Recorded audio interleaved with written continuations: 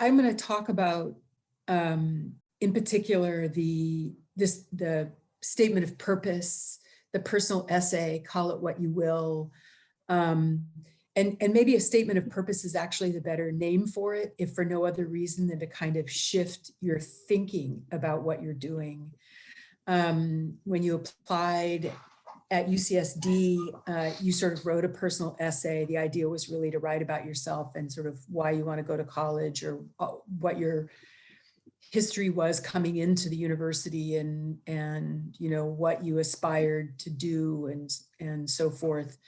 The statement of purpose is really about, it's assuming now that you're actually a grown-up, and that you have an interest beyond going to school. That was when you were in high school, and that your interest is developed beyond, you know, sort of what your parents aspired for you to do. In other words, you've discovered something that really does interest you intellectually, and is connected to what you want to do, you know, professionally when you get out of college. So, as the beginning of this says, you know, your statement of purpose is really about what you're interested in. When did you first become interested in it? What have you done that's kind of built out that interest? And by the way, that's not just in terms of classes, where I'm going to talk about this. It could be travel that you've done. It could be internships that you've taken. It could be people that you've met. It could be jobs that you've had, right? This does not have to be a kind of heady, intellectual, academic statement of purpose. It really has to do with a sort of, you know, an idea of what you want to do when you're out in the world. And then the question is, of course, why an MIA? Or if there's anyone here from econ, why an MPP? In other words, what's the value added of that particular degree beyond needing a master's degree in order to get a job at a slightly higher level with a slightly higher pay than if you only had a bachelor's degree? So not just the utilitarian value of the MIA or the MPP, but why a degree in specifically international affairs, or specifically in public policy, paying attention to that.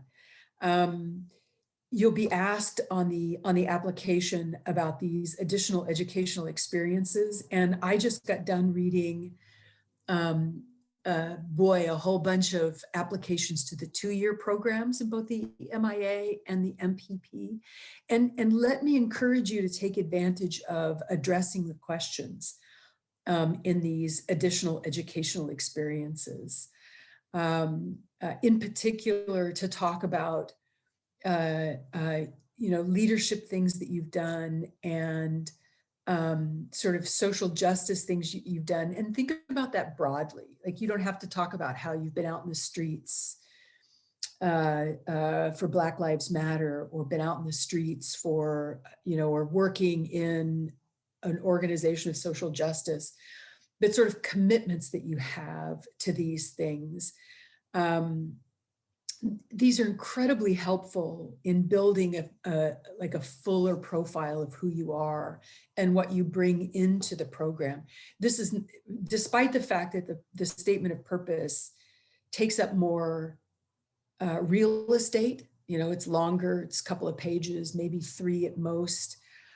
In fact, these short responses do a lot to build a profile of yourself, and is an opportunity, I think, for you to speak a little bit more informally about who you are, where you come from, and what you're committed to in the world. We're a policy school, so we expect that you have an interest in policy. You may not want to go into policy. Maybe you want to be a marketing person. Maybe you want to go into, you know, finance, but you're interested in the way in which policy shapes the world where marketing operates. And that assumes that you've got some idea about, you know, what good policy is and what bad policy is. You know, is Facebook public or private? Should it be able to advertise anything it wants to? Should, you know, is electronic e-marketing subject to the same kinds of rules and regulations of brick and mortar marketing and so on and so forth, right? And why or why not? So let me encourage you to take the opportunity in those to kind of fill out a profile for yourself.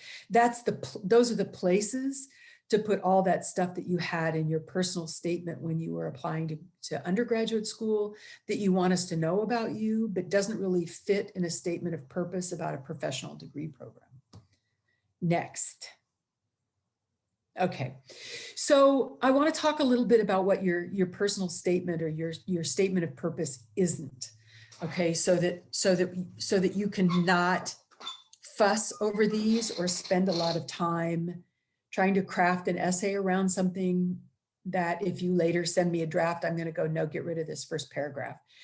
So we're not at the admissions level, we're not interested in the history of the idea of a profession, right? So let's say that you're really interested in human rights and let's say even trade as a mechanism of human rights or being involved in multilaterals. Do not start your essay with a history of the origin of a consideration of human rights. After the tragedies and horrors of World War I, legal arguments about human rights were turned into law. And since then, this is like, no faculty member wants to get an essay, maybe if you're in the history department, that says, from the dawn of time, we've been talking about citizenship. We haven't. That statement is almost never true. Don't start your statement of purpose by talking about the origins of policy. The world has moved on from then. What we're really interested in is what you know about policy today. So you don't need to spend a lot of time looking up the history of regulation of something or policy on a certain area. What if people always thought about health or health policy? For most of the history of the world, nobody thought anything of it. People died young, they died in horrible circumstances. If you were lucky, you had access to a hospital, but that's sort of it up until we get, into the end of the 19th century. And for most people, well into the 20th century, don't write about the history of health policy, okay? It's not a statement about something very obvious. So don't start out saying being healthy is the foundational requirement for leading a productive life. My guess is that maybe there are people who are going to argue with you about that, but it's obvious.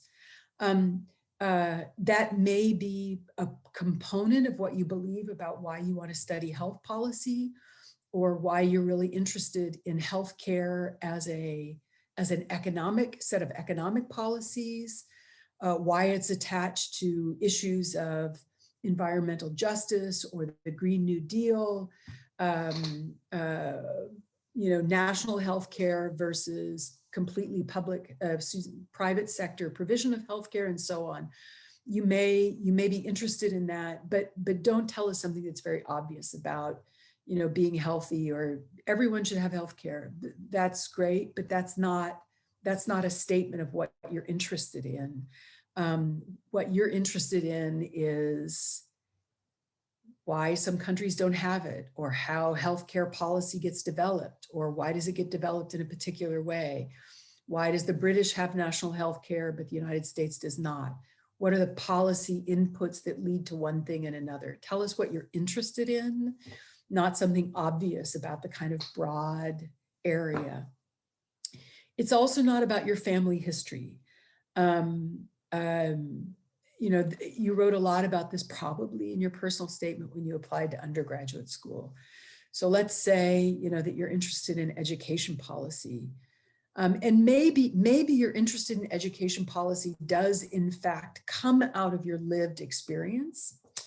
But what we're really interested in is like you putting a name on that experience and putting and explaining it as a policy problem rather than the long legacy of coming from great-grandparents and grandparents who never had education. They always worked hard and made sure that you had everything they need, and they taught you that hard work is really important. but gee, if they'd only been able to go to school, their lives would have been better. The question is, how are people's lives now going to be affected by equal access to education? Or what's wrong in education systems? Like, make it a policy problem, okay? Not a family, not a memoir. It's also not the story of your life. Again, you know, we're interested in a policy problem, not you as a policy problem. You are not a policy problem. You know, I've always been very bookish. I started reading about statesmanship when I was in kindergarten. Now I want to be the ambassador to Australia. Why Australia? Why does being bookish lead you to want to be a statesman? Do you know what statesmen do? Statespersons, do you know what they do? That again, there may be something in your background that leads you to have a particular interest. Let's say your parents were career diplomats. And so out of that comes something that leads to your particular interest now. But again, you know, make it a statement about a policy, or make it a statement about what you want to do, but not this sort of long family history. That doesn't get you to the end of an essay. You want to write a first paragraph that sets up a discussion of your intellectual attachment to a problem and how it becomes a policy problem that you want experience in and then want to go do something about, okay? Erin, you want to go to the next page? The next slide. Okay, so the first, so let me give you the analogy here, right? Like, if you were the great writer, the Russian writer, playwright, mostly short story writer, Anton Chekhov, you know, made the argument that if you were writing a play and a gun appears in the first scene, that by the time you get to the end of the play, the gun had better go off. And the arc of the play then is telling about why the gun is there and how it ends up going off and who does it kill or not kill and who shoots it, right? So you've got this device at the beginning, this gun, which is in the end is going to be this sort of, you know, deus ex machina. It's going to be the thing that you attach the story to, right? Why is the gun there? Who takes control of it? Who's the person they want to shoot? Why do they want to shoot them? When does it go off? What's the consequence of that? So think about the thing that you're interested in as sort of the gun, right? So in the first paragraph, you want to tell us what's the thing you're interested in? What is the thing that you're interested in? You're interested in health policy analysis. You're interested in entrepreneurship and how, you know, entrepreneurs develop their businesses. You're interested in working in sports marketing, as one of our current BA MIAs is. You're interested in developing alternative energy sources for middle and low income housing. You're interested in, you know, issues of environmental justice and recycling. In other words, what's the thing that you're interested in? That should be stated very clearly in the first paragraph so that we know that you're applying to a program where that thing is done. Because if you come to, if what you're, you know, imagine you write a first paragraph that says, I'm interested in animal husbandry, wrong program, right? Show us by naming a policy area or naming a set of skills that you want to have, that you know what the program does, okay? When did you first recognize that thing that you're interested in, right? When did you recognize it as a thing, right? Maybe that came out of your, you know, out of your experience as a, you know, growing up. I've had people say to me, my parents ran an NGO that provided medical equipment to other nonprofits working in Latin America. My parents were diplomats. My parents were in the Peace Corps. My parents were entrepreneurs and had a small business. And so I became very interested in all the ways that small businesses are helped or harmed by tax policy or by export-import rules. So, it may be that you learned about this thing, that it actually became a thing that you could study, right? In an experience that you had. Maybe it was in a class. You were sitting in a class and the professor was so smart and had so much to say that you just went, holy crap, that's something I want to know more about. Like, people can actually do that. There's a job where people get to do that. That's really cool, right? Maybe you grew up in a family where, healthcare was really an issue. And what you're really interested in is not studying people who don't have healthcare, but why they don't have healthcare, right? So why is it then interesting or important? Like, why is this something that you should study, right? If you're going to study it for 2 years, tell me why it will get you out of bed in the morning and get you to class. Like, what is it that you think you don't know? What is it that you want to know? How are you going to build it out, in other words, right? So what's the thing that you're interested in? When did you first recognize this as a kind of intellectual endeavor, right? Something that you could study and define and learn more about. Why is it worth you going to school in and wanting to grow up to be, right? And then what do you want to do with that thing? You want to work in the private sector. You want to work in the public sector. You want to work in an NGO. You want to start your own business. You want to go to work for the UN. You want to work in a multilateral. You want to be a finance person in an XM business in Beijing. You want to, spend your life working for the UNHCR doing development work in poor countries. In other words, what is it that you want to do? What do you think that someone who has your interest does when they get training in it, right? And then how does the BA MIA or the BA MPP get you there? Why do you need to take classes to do these things? Why the hard skills of the first year? What are the policy areas, the classes that you're going to focus on? Remember when we first talked, one of the things that a lot of you took note of was that the application asks you to declare a career specialty, a career track, or an area of specialization. It asks you to do that. And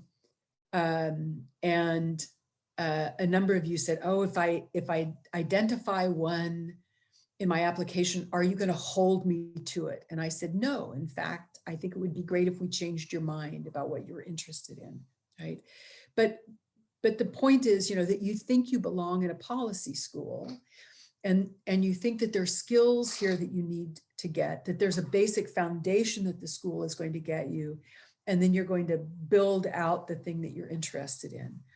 So your statement of purpose is basically to talk about that. What's the thing you're interested in? When did you first become interested in it?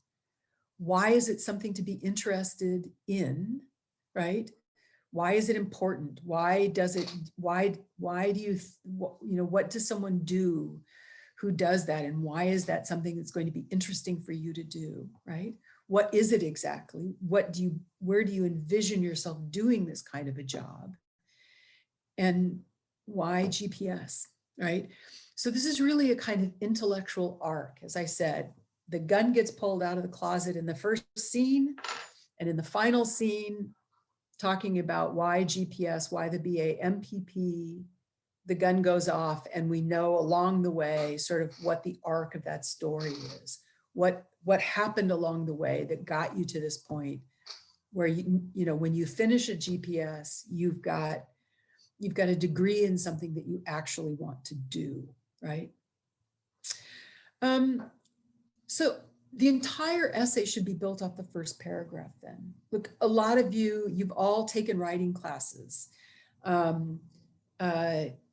If you'd been in my class so many years ago when I taught all 3/4 of Doc, I would have insisted that your first paragraph set up the entire essay, right? So it's an essay which is designed to kind of unpack the first paragraph. So that's really the way that your statement of purpose should be written. The first paragraph should tell us what's going to come, after in each succeeding paragraph. So tell us about the circumstances that helped you recognize your interest, right? Your parents ran a medical supply business. You grew up in a neighborhood where people often had no heat. Your first job was working in a small business that struggled to make its payroll. Somewhere along the line, someone required you to take a class on European history, and you learned about these two guys who developed the concepts of genocide and crimes against humanity. And that was like the coolest thing. You kind of thought that these concepts came out of thin air, but in fact, they came from real people. You want to do stuff like that because it really matters. You've been an athlete your whole life. And you think that, you're not going to be a professional athlete because you're just not that good, but you think that sports are really important and you want to be involved in sports. And one of the ways of being involved is being in marketing or being in, writing contracts or, working directly with teams. Maybe you've taken a bunch of education classes and initially you thought you wanted to be a teacher, but you discovered that really education policy is really, a better starting place because most education policy is bad. So where does your interest come from? And the first paragraph should really flesh that out. What's your interest? Where does it come from? Why, why is it an important thing to be interested in? For you, why do you think that society needs somebody who has that interest? And then what do you want to do with it, right? So if you can do that in the first paragraph, 5, 6, 10 sentences at most, the rest of the essay falls from that. Most of the things that we study, we do them because they're complicated or they're a puzzle or because there's more than one way to do them. Look, we're talking about the social sciences here. We're not talking about the sciences. You're not going to be taking a physics class. You're not going to be taking a chemistry class. You're going to be taking political science classes and economics classes and management classes. You're going to be taking interdisciplinary classes where there are people in the, there's a faculty member who teaches 2 classes a year in engineering and 2 classes a year at GPS, and their thing is energy and energy policy, right? We're assuming that you're interested in areas that are complicated or a puzzle and in which there are debates about what's the best way to do them, right? That's why I say, you're not interested in health. Health is, we know what health is. Doctors measure health all the time. What you're interested in is health policy. How do you make sure that people are healthy? But there are lots of ways of doing that. It's a complicated puzzle. How do you pay for it? How do you define it? Should everybody have the same kind of health policy? Should some people be able to have gold-plated health policy and other people just sort of have basic health policy? These are the debates, right? What's the value added in studying it in detail? In other words, why not just go out with your bachelor's degree and try to get a job in doing marketing for a major company? Why do you think, what is it that you don't know? What is it that you think you need to know in order to get a job at the level of doing the thing that you want to be able to do? So this isn't a question asking you about why you need a degree to do it, because you don't need a degree to do it in some parallel universe. But why spend 2 years learning skills and the details of that thing, right? The sort of flippant answer is you need a master's degree because you need to get a salary that you can actually afford to live on, and people with bachelor's degrees have a hard time doing that. If that's the only reason you're going to graduate school, that's fine, but a lot of it's not going to be fun, right? If you have a better sense of it, Like if you're wanting to do it because they're really skills that you want to develop and they're things that you want to know about, that you recognize that having skills in data management or accounting and finance or how to write policy. What does a policy memo look like? What goes into a policy memo? What's the difference between writing a policy memo to your boss in a corporation versus writing a policy memo to the minister who's above you in your department of government, right? What are the skills that you need to know? Are there hard skills that you need? Do you need to see how people in other countries have done these things? The United States doesn't hold the dominance in best practices. So in order to think about what's good economic policy for building an education system, maybe you have to look at the way that some other country does it. How do other countries fund infrastructure, right? So looking at these things comparatively may be important. How well do you understand the complex debates about these things? Think about the debate in the United States about immigration, right? We may all agree that immigration policy needs to be more humane. We may all agree that children shouldn't be separated from their parents at the border. We may all agree that people need to be allowed to come into the United States, whether they're fleeing economic devastation or war. But then what? Then what's the argument? What's the policy look like? Why do we have these disagreements, not just in the United States, but in all countries? No country has a completely open border. Why are those debates so complex? How do you make a good debate? How do you make a good policy about immigration, right? That serves both the interests of the receiving country and the people who want to come in, right? Do you need to really wrestle, are you really interested in having faculty who are extremely, smart and have, deep roots in academia, but who are also out working in the real world, running research programs, trying to figure out how you keep young girls in school in poor countries when it might be financially more feasible for their parents to have them go to work at the age of 12. How do you do that? What are the incentives you create, right? We've got faculty who are running those kinds of research projects. So why study it? What's the value added to you in studying it? But you also are learning stuff that you need then in order to go out in the world and do something with this toolkit that you've put together, right? And then the question is, what do you want to be when you get out, and how does GPS help you do that? Like, what do you want to do when you graduate? When you have to sit down with the career services people at GPS and tell them what you want to do, like what kind of job you're looking for, what are you going to tell them? It's not enough to say, I want to go into marketing. It's not enough to say, I want to work on human rights policy. I want to work in an energy startup. I want to be in the foreign service. I want to work for a major corporation that's developing telecom.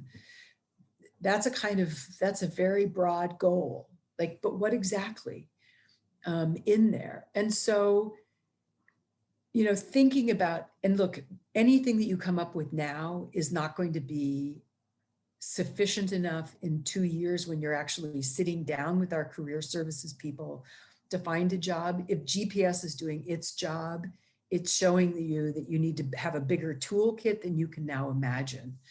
But what is it that you want? What are the jobs that someone can do once they know what it is that you want to know? There are lots of ways to work in climate, or there are lots of ways to work in banking. There are lots of ways to work in finance. There are lots of ways to work in social policy development, or government, or the public sector, the private sector. Go to work for the government. To work for a major corporation, you want to do PR, you want to do marketing, you want to work with scientists who are developing technology. You want to design policy, you want to evaluate policy, you want to run for office. I mean, there are lots and lots of ways to work on any single policy area that GPS touches on. There are lots of ways to do it. What are the ways that you think are interesting to you, right? What's the job that you want, right? I want to start out as a what? And then along the way, I want to do toward something else, right? Recognizing that what you end up doing when you leave GPS is probably the beginning of your first career, but not the beginning of your second career. It's a way to help you get there. We know all of the data tells us that your generation is not a one career generation. You start out doing one thing, and then you decide that you want to go on to something else that kind of cannibalizes from the first thing you do, but allows you to grow into something else and do something that's sort of now interesting to you. Like, how do you imagine that in your head, right? And how does GPS help you get that job? Courses in what? Alumni who got jobs doing what? Hard skills that are not on offer to you now because GPS has more GIS and remote sensing and big data that looks at policy or whatever it is. Like, how is that going to get you there? So each of these is a kind of piece of your essay, right? What's the thing that you're interested in? Where did it come from? What have you done, and what do you think you need to do in order to build it out? What's the goal of building it out? Like, what do you want to do? At least at first, where do you see yourself in 3 years? And where do you see yourself in 10 years? Where do you see yourself in 20 years? Doing what, right? And how does this get you there? And what's the value added of GPS? So a statement of purpose for an application to graduate school should, and this is really, this is their first paragraph here. Tell the story of what you're interested in, how you became interested in it. What have you done to build it out? What specifically the 5-year program needs to, come to next? Like, what are you going to get, right? Where do you want to be in 5 years? Where do you want to be in 20? Telling us that you need a master's degree in order to make $100K a year is not going to get you into the program. Telling us you need a master's degree because it's going to add a whole bunch of skills and give you the opportunity to talk to people who are working in the field and help you think about creative ways to do the thing that you want to do. That's what we want to hear, right? You don't put the gun on the table in the first act so that you can tell us in the first act that you're going to shoot somebody, right? Then that's a very short story. It's a very short play. It's a 1-act, right? It's a 1-paragraph short story. The idea here really is to kind of build it out, right? It's a story arc. That's the way to think about it. Next slide. Right? So, so that's like the way in which the statement itself should be structured, right? Answering, sort of keeping that list of things. Go back to the slide, Erin, on the nutshell, the last one, right? Keeping these things, right, in mind. These are the things you have to talk about. These are the things you have to explain here. But let me give you some advice too about the essay itself as a writing example. Okay. Absolutely do not submit an essay that nobody else has read. When we write, and this is true of me, who's been writing for a very long time, when we write, we tend to miss our own mistakes. We all leave typos, we all leave misspelled words, or we've chosen the wrong word somewhere. We've used a word in a weird fashion. Particularly because we all now write on electronic media, we leave ghosts of things that we've edited, dangling bits of sentences in places. This is the quality of the essay in terms of how well it's edited should matter to you a great deal. So do not submit an essay that someone else hasn't read and doesn't, and hasn't had the opportunity to go, like, there is a bunch of stuff in here that just doesn't make sense. It's got a bunch of typos. When I read lots of applications every year. As I say, I just got off the round of reading a whole bunch of applications to the 2-year program. Typos in the first paragraph put my teeth on edge. The other thing is, once you write your essay, read it to yourself out loud. Does it sound like you? Don't write an essay or let me put it differently. Don't begin with the assumption that the essay has to sound highfalutin and fancy and lots of big words and not like you write it all, and go out and read, hard stuff so that you can write like someone that you'd never write like. Don't do that. It's incredibly difficult to be that kind of intellectual kleptomaniac where you steal someone else's style and it works. Great writers are capable of doing that. The rest of us who are merely good at it, we don't. It's not possible. So read it out loud. If you're reading sentences where you run out of breath, if you're reading sentences where you go, oh, I would never say that in 100 years, fix it, right? It's going to be a much more convincing essay if it sounds like you. If the only way that you can read it out loud is to lock yourself in your car or lock yourself in the bathroom or wait till everybody goes to work because you're living at home or whatever, but do that, okay? The other thing is, don't read it the night before you submit it. Scene number 1, don't submit something that no one else has read. And number 2, make sure that you read it out loud, but let it get cold. I look back at things I wrote even like a week ago, and I'm surprised sometimes by what I wrote. I look back at it and go, it doesn't, like the first paragraph to the end, it doesn't hold together. The gun never goes off. Make sure that you let it sit so when you hand it in, it's an essay that you think sounds like you, that it has a beginning, a middle, and an end. It has an arc, and it says something that is true about why you're in the program. Now you can go to the last slide. As always, we're all here to talk to you about your application, to talk to you about your statement. I'm happy to talk with you about what you want to write about. I think this is an essay that you can all do. You've all spent a lot of time as undergraduates writing.